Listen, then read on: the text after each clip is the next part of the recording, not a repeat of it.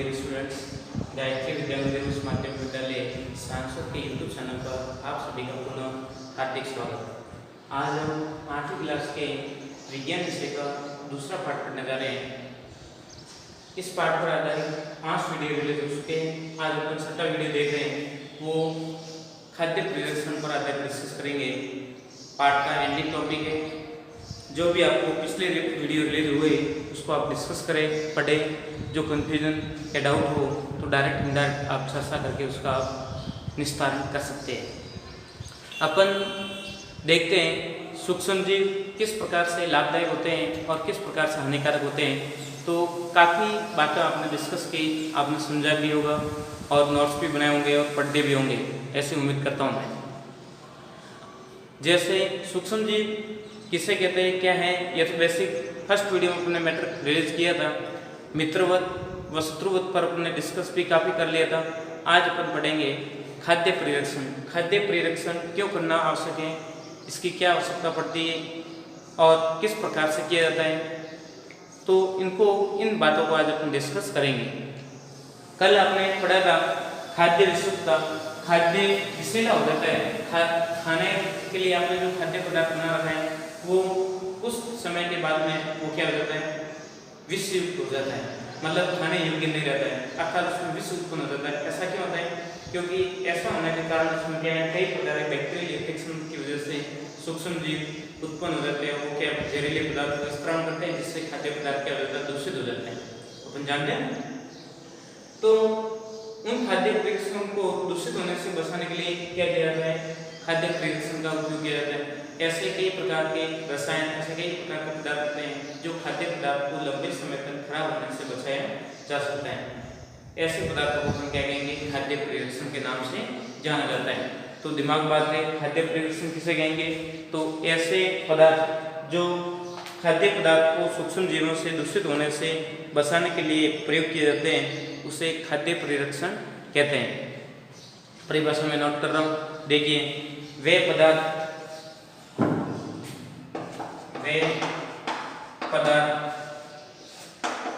जो खाद्य पदार्थ को सूक्ष्म जीवों से सदूषित होने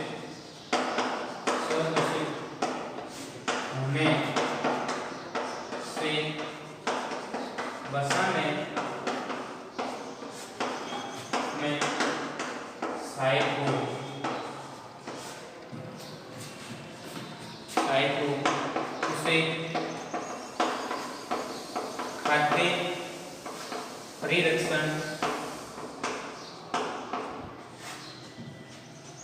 परिरक्षण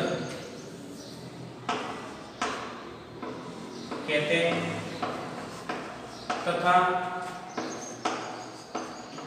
इस प्रक्रिया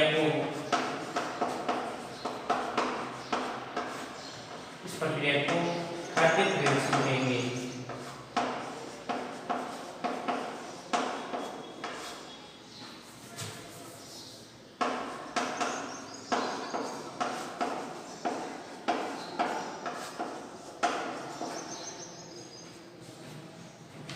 दिमाग बात रहेगी कि वे पदार्थ जो खाद्य पदार्थों को सूक्ष्म जीव से दूषित होने से बचाने में सहायक हो, उसे खाद्य परिरक्षक कहते हैं। तथा इस प्रक्रिया को या इस प्रोसेस को अपनाने का जो तरीका अपनाया जाता है उसे क्या कहते हैं, खाद्य परिरक्षण कहते हैं।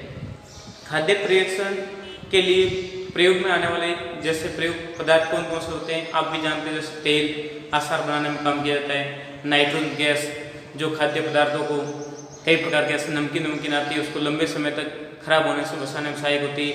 तो कई प्रकार के ऐसे पदार्थ होते हैं जो कई प्रकार के खाद्य पदार्थों को लंबे समय तक खराब होने से बचाता है। जैसे सिन्नी मिठाई बनाते हैं आप, वैसे तो दूध आप रखते हो तो दूध एक दिन में क्या हो जाता है, खराब हो जाता है।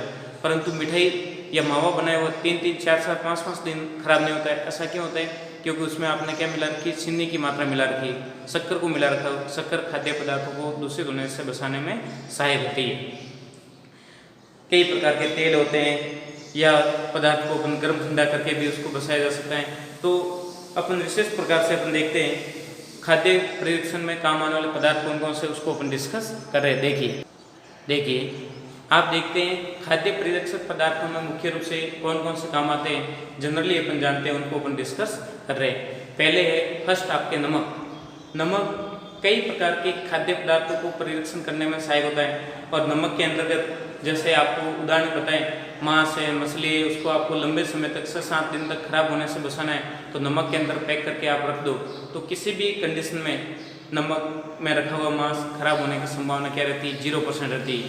चीनी मतलब शक्कर, चीनी जैसे घोल बनाते हैं,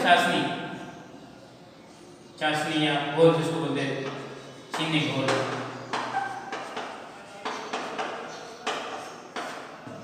जो खाद्य पदार्थ को खराब होने से बचाती है, जैसे जितने भी प्रकार की मिठाइयाँ होती हैं, मिठाइयाँ लंबे समय तक खराब नहीं होती। कारण क्या है कि उसमें शक्कर की मात्रा को शक्कर होती है, वो संक्रामक विभिन्न प्रकार के संक्रामक सूक्ष्म जीवों के होने की संभावना को क्या करती है, बहुत कम करती है। जिसकी वजह से चीनी घोल में मिठाई जितनी भी होती है उसको छाछ में डाल के फिर बाद रखते हैं।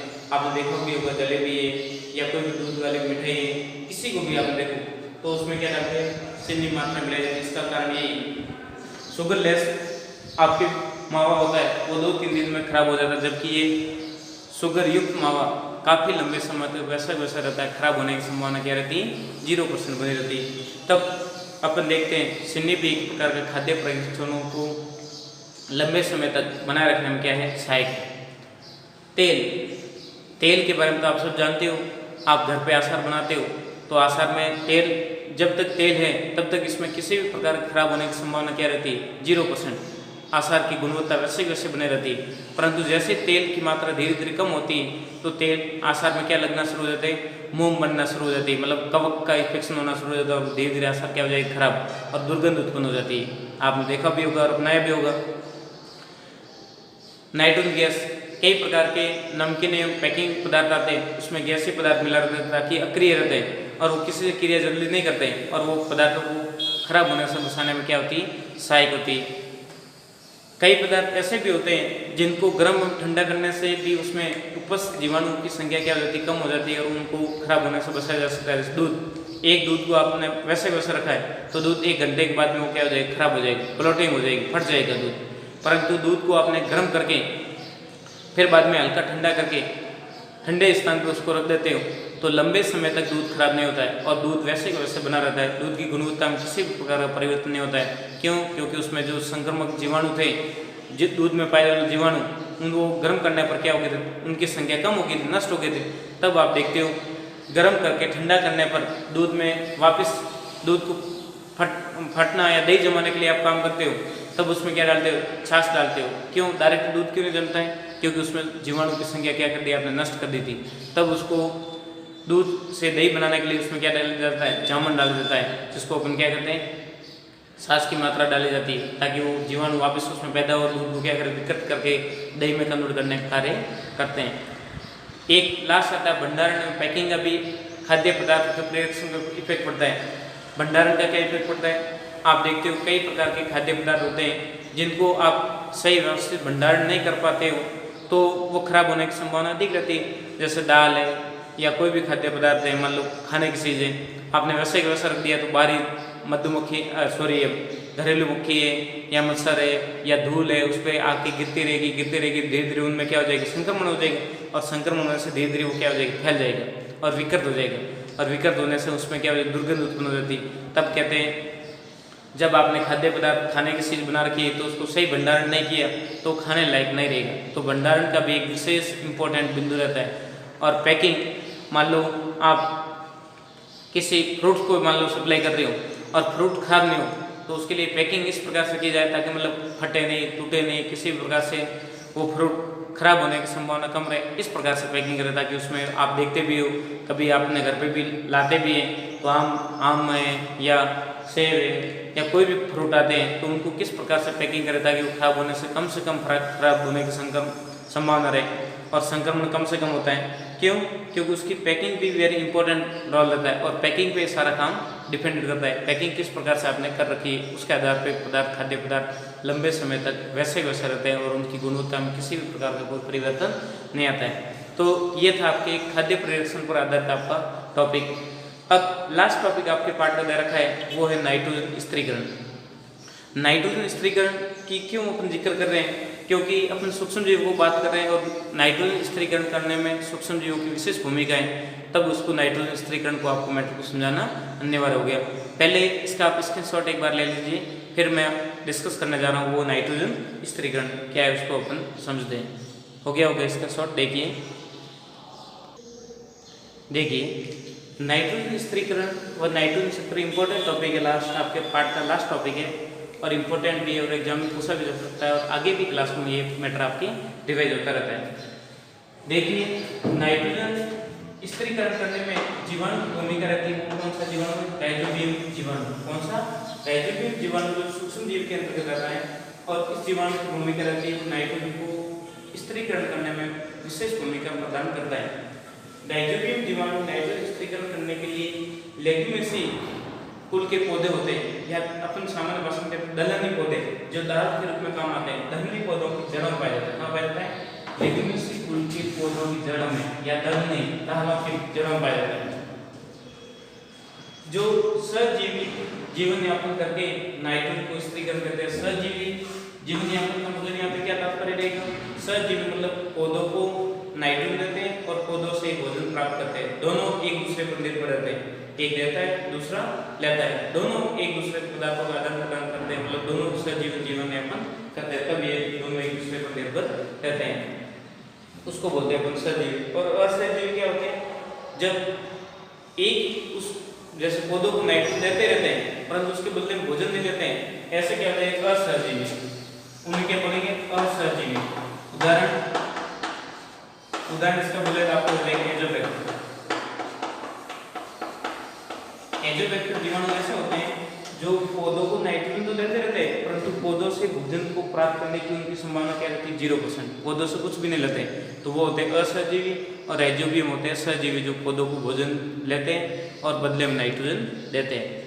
तो आपको कुछ नाइट्रोजन स्थिरीकरण में काम कौन सा जीवाणु काम आता है या कौन से जीवाणु का उपयोग किया जाता है, तो आप क्या बताओगे? सहजीवी जीवाणु के रूप में तो है राइजोबियम और असहजीवी के रूप में एजोबैक्टर। दिमाग बात है। वैसे देखें तो वायुमंडल में नाइट्रोजन 78% गैस के रूप में पाई जाती है परंतु नाइट्रोजन का प्रयोग सीधा प्रयोग में नहीं लिया जाता है। सीधे अपन डायरेक्ट उसको प्रयोग में लेने लायक नहीं होती क्योंकि नाइट्रोजन को डायरेक्ट एब्जॉर्ब करने की सजीवों में क्षमता नहीं होती। कुछ ऐसे जीवाणु होते हैं वो बदल के कार्बनिक पदार्थों में बदल के फिर बाद में उसको उपयोग में लेते हैं, तब नाइट्रोजन का स्थिरीकरण कहलाता है। नाइट्रोजन सभी जीवों के लिए आवश्यक संघटक है जो प्रोटीन, पर्णहरित, न्यूक्लिक अम्ल व विटामिन में उपस्थित होते हैं। सभी में ये डायरेक्ट इनडायरेक्ट क्या होते हैं? उपस्थित होने में प्रदर्शित अपनी भूमिका निभाते हैं। अब आपको पूछे नाइट्रोजन स्थिरीकरण कहते किसे? नाइट्रोजन गैस को कार्बनिक रूप में परिवर्तन होना या नाइट्रोजन का कार्बनिक रूप में परिवर्तन होना है क्या कहलाएगा? नाइट्रोजन स्थिरीकरण। देखिए मैंने अर्थात करके बताया, कार्बनिक रूप में नाइट्रोजन आती है, जो अकार्बनिक गैस के रूप में नाइट्रोजन थी वो कार्बनिक पदार्थ नाइट्रोजन में कन्वर्ट होती है, उसको बोलते हैं स्थिरीकरण। जबकि कार्बनिक नाइट्रोजन का अकार्बनिक नाइट्रोजन अपघटित होना, कार्बनिक नाइट्रोजन का अकार्बनिक नाइट्रोजन गैस के रूप में वापस कन्वर्ट होना, वो कहलाएगा आपके खनिजीकरण। तो ये दिमाग में प्रोसेस आपके दिमाग में रहे कि खनिजीकरण क्या है, स्थिरीकरण क्या है। तो नाइट्रोजन खनिजीकरण क्या हो जाएगा? कार्बनिक पदार्थों से नाइट्रोजन का मुक्त होना, कार्बनिक पदार्थों से नाइट्रोजन का मुक्त होना क्या कहलाएगा? खनिजीकरण। और स्थिरीकरण क्या हो जाएगा?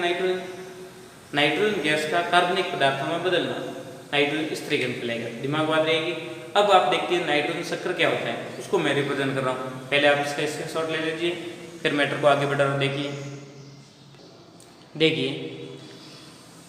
नाइट्रोजन चक्र किस प्रकार से संपन्न होता है, तो उसको रिप्रेजेंट अपन करके आपको बताया जा रहा है कि वायुमंडल में जो नाइट्रोजन होती है, देखिए वायुमंडल में जो नाइट्रोजन है वो डायरेक्ट सूक्ष्म जीव उनको स्थिरीकरण करते हैं। एक तो सहजीवी समूह द्वारा, राइजोबियम द्वारा, और एक एजोबैक्टर द्वारा, जो डायरेक्ट सहजीवी जीवाणु डायरेक्ट किसमें कन्वर्ट करते हैं? नाइट्रेट में। किसमें कन्वर्ट करते हैं? नाइट्रेट में। और वही नाइट्रेट पौधे क्या करते थे? एब्जॉर्ब कर लेते हैं और पौधे डायरेक्ट कन्वर्ट करते हैं।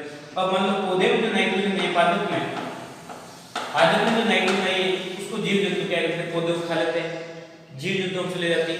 जीव जंतु अपघटित होते हैं, मरते हैं, तब वो डायरेक्ट उससे डायरेक्ट नाइट्रोजन गैस मुक्त हो जाती है कुछ और कुछ उनमें कार्बनिक पदार्थों के रूप में नाइट्रोजन है वो मृदा कार्बनिक पदार्थों में क्या हो जाती है, कन्वर्ट हो जाती है। क्या हो जाती है, मृदा कार्बनिक पदार्थ में कन्वर्ट हो जाती है। और मृदा का नाइट्रीकरण विनाइट्रीकरण की प्रक्रिया के दौरान औद्योगिकरण में जाते हैं, अलग अलग प्रकार के उत्पाद बनाते हैं और उन्हीं उद्योगों से वापस नाइट्रोजन वायुमंडल में पहुंच जाती है। वापस वही नाइट्रोजन क्या होता है, विस्फोट होता है और फिर बाद में वापस अलग अलग प्रकार के खाद्य पदार्थ बनाते हैं, वो नाइट्रोजन औद्योगिकरण की क्रिया द्वारा वापस वायुमंडल में पहुंच जाती है। अब एक प्रोसेस के द्वारा ये चक्र घूमता रहता है, वायुमंडल को जीव जंतु वायुमंडल को उपस्थित नाइट्रोजन को सूक्ष्म जीवों में अब्जॉर्ब की, सूक्ष्म जीव जो नाइट्रेट बनाते हैं वो पौधे अब्जॉर्ब करते हैं, पौधों को कौन खाते, पौधे अपने आप अपघटित हो जाते हैं तो डायरेक्ट मिल जाते हैं, एक दूसरे का ये हो गया। दूसरा जीव जंतु मरते हैं, कार्बनिक पदार्थ में अपघटित होते हैं, फिर बाद में वापस विनाइट्रीकरण प्रोसेस हो गया, ये चक्र हो जाता है, ये भी एक प्रकार का चक्र है।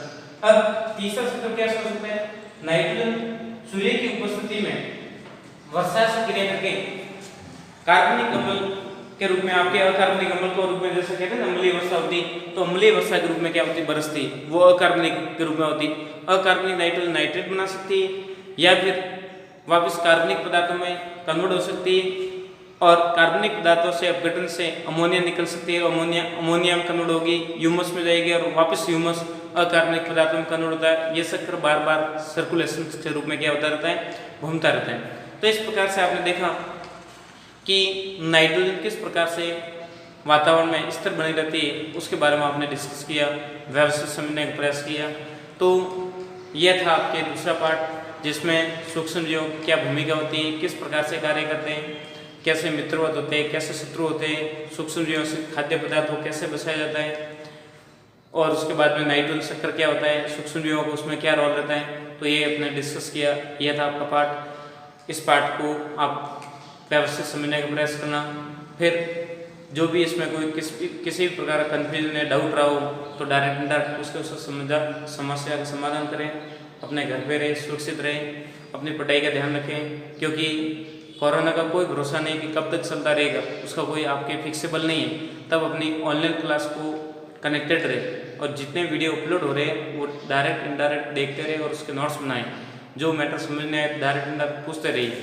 और अभी तक मान लो गायत्री विद्या मित्र यूट्यूब चैनल को आपने सब्सक्राइब नहीं किया, सब्सक्राइब करें ताकि जितने भी अपलोड होने वाले नए वीडियो हैं उनका नोटिफिकेशन तथा नए वीडियो आपको डायरेक्ट इनडायरेक्ट मिलते रहेंगे, ताकि आपकी पढ़ाई किसी भी प्रकार से बाधित नहीं हो।